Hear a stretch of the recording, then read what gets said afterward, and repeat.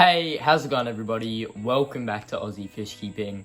So in today's video, we're going to be taking a look at 7 of the most colourful aquarium fish that you can get in the hobby. So obviously in this hobby, there is hundreds and hundreds of different species, some of which are super colourful like the species on this list today, and others are a lot more dull. So for this list, I've picked out 7 of the most eye-catching aquarium fish that you can get.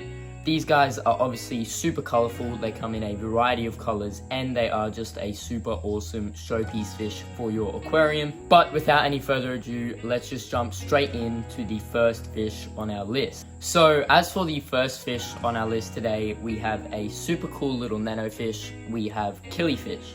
So killifish are just an awesome aquarium fish. I talk about them a lot on my channel and I just really think they are an amazing fish. So not only do these guys come in a variety of different colors, fin shapes, patterns, sizes, but they are also just super easy to care for. Along with that, they also are so peaceful and they're a great addition into pretty much any style of aquarium.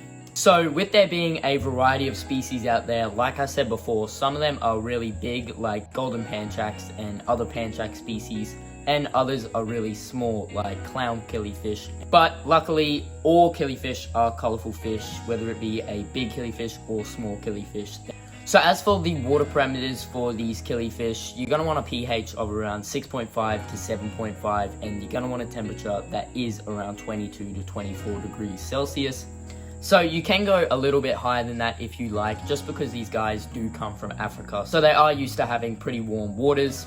So because these guys are from Africa, obviously over there they have a wet season and a dry season. So because of that, these killifish actually breed a really special way. Not all killifish breed like this, but specifically annual killifish from Africa do. So these killifish will be in some sort of waterway, whether it be like a billabong or puddle. And what will happen is while the water is in there, they will breed and they will survive in there. And then when they lay their eggs, they'll actually lay them down in the mud. And that mud is going to stay moist throughout the dry season, and when it becomes wet season again and the water source fills back up, these eggs will actually hatch and the life cycle will repeat. So because of that, you do want to be a little bit careful when you are getting these guys, just because sometimes you may be picking up an annual killifish which only obviously live for around 1 or 2 years. So if you want a long-lasting fish, you should do a little bit of research just to make sure you aren't picking up an annual killifish. Anyway, moving on to diet for these guys, they have been domesticated for quite a while, so you can feed them all sorts of different foods. You can feed them dry foods, frozen foods, and live foods. As for live foods, I would recommend the smaller size live foods, so things like Daphnia, mosquito larvae, and brine shrimp. But then as for dry food, just any sort of tropical flake or sinking pellet, anything like that that you think they can fit in their mouths. And if you do get panchaks or some larger species, you can actually try and feed them small crickets or small insects like that, just because they are a top-dwelling fish and they will eat from the surface. Moving on to tank setting for these guys, they love a planted aquarium, and it's always great to keep a lid on your aquarium, just because these guys can be a little bit jumpy, so it's just always great to have a lid on there just so they don't jump out. And then as for tank mates, these guys are super peaceful themselves, so anything like tetras, rasboras, barbs, danios, just really peaceful fish like that should make great tank mates for them. But with that being said, killifish are definitely a super colourful aquarium fish, and I would highly recommend them as a showpiece fish in your aquarium. Moving on to the next fish on our list, we have another super unique looking fish. We have Discus. So Discus are probably one of the coolest fish that you can get in the hobby. They come in a variety of different colors, strains, and they have a super unique shape to them. So a lot of people actually think that Discus are quite hard to care for, and I was one of those people. So about a year ago, I actually got 2 Discus for myself, and I thought they were going to be super hard to care for. So I was doing daily water changes, I was making sure their water was pristine, and I was making sure that there was no other fish going in there with them. But after keeping them for a while, I did notice that they were just kind of hardy fish. Obviously, they're not as hardy as like danios or guppies or things like that, but I really have not touched their water for a while now, and they are doing great. They're growing massive and they're showing beautiful colors. So if you are looking into getting Discus, but you do think they're going to be a little bit of a challenge, I would just recommend going ahead and getting them, especially because nowadays you can get a lot cheaper variants. So you can get some cull strains or even some assorted Discus for around 30 to 50 bucks, which to be honest isn't too expensive when it comes to Discus. But I'll stop rambling on and we'll get straight into the water parameters for these guys. So you do want to try and keep the aquarium at around 6 to 7 on the pH scale. And then as for temperature, anything from around 26 to 30 degrees Celsius should suit these guys best. And then as for food for these guys, you can make your own Discus food. And if you want to see a video on that in the future, let me know in the comments down below. I'd be happy to make a video on how to make your very own Discus food. So Discus food is number one. You can also feed them live foods like black worms and brine shrimp, and you can also get away with feeding them Discus dry foods and other frozen Discus foods. So like I said before, a lot of people try and keep them in the most sterile conditions they possibly can, but I think that's just kind of a waste of time. So I would recommend keeping them with live plants in there. I find that they really do love like hiding away in the plants when they feel stressed. And I even throw in tannins just because out in the wild where these guys naturally come from, the water is quite tannic. So if you can add some botanicals in there, that's always best. And then as for tank mates, you can keep them with other Discus. I keep mine with cherry barbs. You can also keep them with plecos, bristlenose, probably Coriolis catfish, and also rasboras. But with that being said, Discus are another super great, super cool, colorful aquarium fish, and I would just highly recommend going ahead and getting some. Moving on to the next fish on our list, we don't actually have a fish, and I think I've mentioned these guys in about 5 videos straight. We have cherry shrimp. So cherry shrimp are obviously a really small, really colorful freshwater invertebrate. So cherry shrimp come in a wide variety of colors. You can get blues, blacks, greens, oranges, yellows, reds, all sorts of colors like that. And they are also just a super easy fish to care for.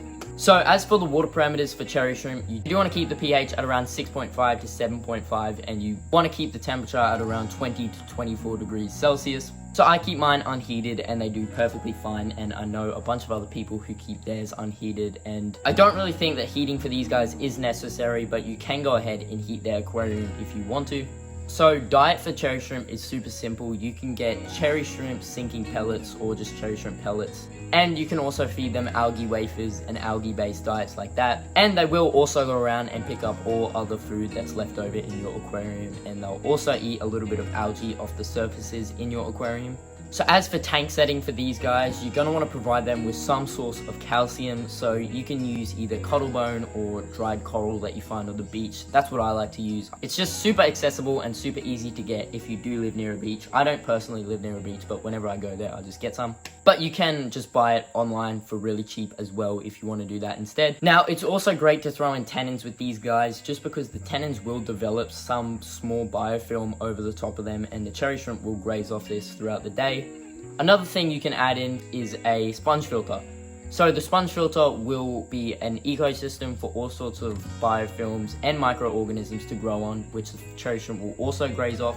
And finally, plants are another great thing to add in, especially bushy mosses and bushy plants like that, because these guys will have babies in your aquarium, and if you have a lot of hiding spaces for those babies, they'll have a much greater chance of survival. So as for cherry shrimp tank mates, you're going to want to keep them with really small-mouthed fish, so small rasboras, endlers, and other shrimp are best for them. But with that being said, cherry shrimp are a really colorful, small freshwater aquarium invertebrate that I would highly recommend. Moving on to the next fish on our list, we have one of the easiest fish you could possibly care for. We have guppies. So guppies have a soft spot in my heart. I love getting all sorts of rare strains of guppies, and I've actually just imported my very first order of guppies from Thailand that should be coming really soon, and I'm really excited to share them with you guys. So as for water parameters, you're going to want to keep the pH at around 6 to 7.5, and they can even thrive in pH of around 8 as well. And then as for temperature, they can be anywhere between 18 to 25 degrees Celsius. You don't need to keep them with a heater whatsoever, and they are one of the greatest cold water fish that you can get. Moving on to diet for these guys, live baby brine shrimp, frozen baby brine shrimp, or just frozen brine shrimp in general, and other frozen small invertebrates like that, as well as dry foods like flake foods and pelleted foods all make a great diet for them. And then as for tank setting, you want clean water, just because these guys have long flowing fins and it can develop fin rot quite quickly in unsterile water.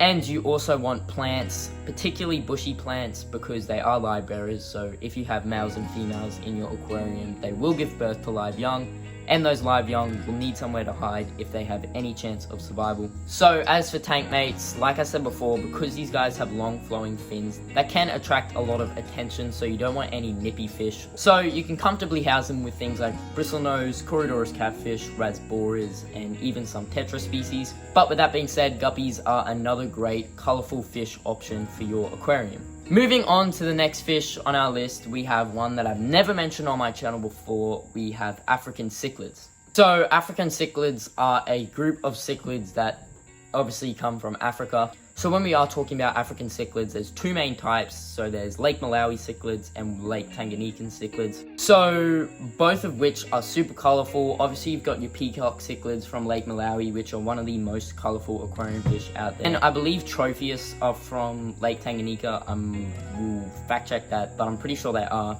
Is a variety of African cichlids, and they are all very colorful in their own right. So as for water parameters for these guys, you are going to need a pH of around 8 to 9 and a temperature of around 23 to 28 degrees Celsius. As for food, you can get African cichlid color enhancing food, or you can feed them live foods and frozen foods. It's just what you prefer.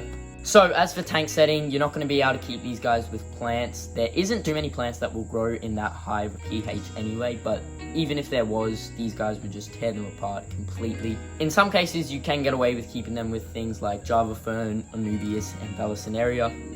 And then other things you want to add is a lot of the times you're going to want to keep them in a sand bottom tank, just because they do sift through that sand and move a lot of it. So you don't want any coarse gravel, just because that can cut their lips up. And rock structures are another great thing, or wood structures, just somewhere where they can establish their own territory. So as for tank mates, there's not too many things that you can keep them with. Obviously you can keep them with other African cichlid species. You can keep them with larger size bristlenose or plecos, and you can also keep them with larger size mystery snails. But if you do want to set up your own aquarium for them, African cichlids are a super great colourful aquarium fish. Moving on to the next fish on our list, we have another group of fish. We have Grammies. So there is a wide variety of Grammies out there, and something that a lot of people don't know is that the super colourful betta fish are actually in the Grammie family. So obviously you can get bettas, you can get coral blue Grammies, all those dwarf Grammies. I forgot what they're called, but I'll pop a picture of them up. You can get honey Grammies, sparkling Grammies, croaking Grammies, licorice Grammies, kissing Grammies, all sorts of Grammies like that. But you can also get paradise fish and much larger Grammies like giant Grammies, which aren't too colourful, but there's also like silver moon Grammies, I think they're called. So there's no shortage of Grammies out there, and luckily enough they are very popular here in Australia. So as for water parameters for the Grammie fish, you're going to want to keep them at a pH of around 6.5 to 7.5 and a temperature of around 20 to 26 degrees Celsius. So if you can mix live foods, frozen foods, and dry foods into their diet, that's going to be great. And also, the great thing about Grammies is if you have a snail infestation in your aquarium, you can actually collect out some of those snails and just crush them, and then you can drop those in your aquarium and your Grammies should eat them if they're hungry enough. As for tank setting, Grammies don't usually like a high flow tank, so keeping them with some sort of sponge filter or low flow filter like that is best. And you can also provide them with plants and a bunch of tannins if you want to keep them in a blackwater setup. So as for tank mates for Grammies, tetras, rasboras, barbs, Corydoras catfish, and bristlenose catfish are all great candidates.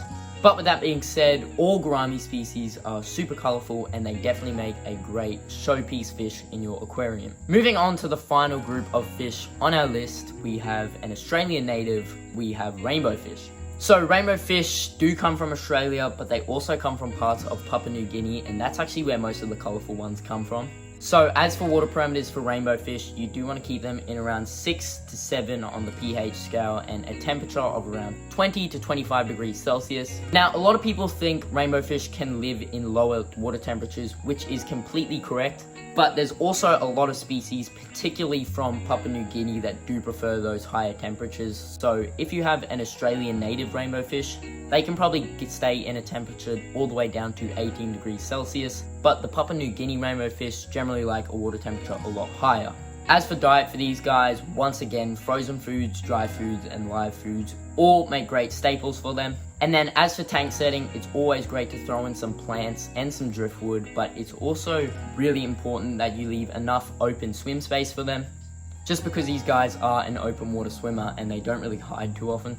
As for tank mates, other rainbow fish species, blue eyes, gudgeons, and tetras, barbs, rasboras, all sorts of those tropical fish as well, all make great tank mates for the rainbow fish. However, that is going to bring us to the end of today's video, so I hope you all enjoyed, and I really hope I helped you guys find a brand new, super colorful aquarium fish for your fish tank. If you did enjoy today's video and you haven't already done so, please make sure to go down and subscribe, and while you're down there, smash the like button and leave your thoughts in the comments down below.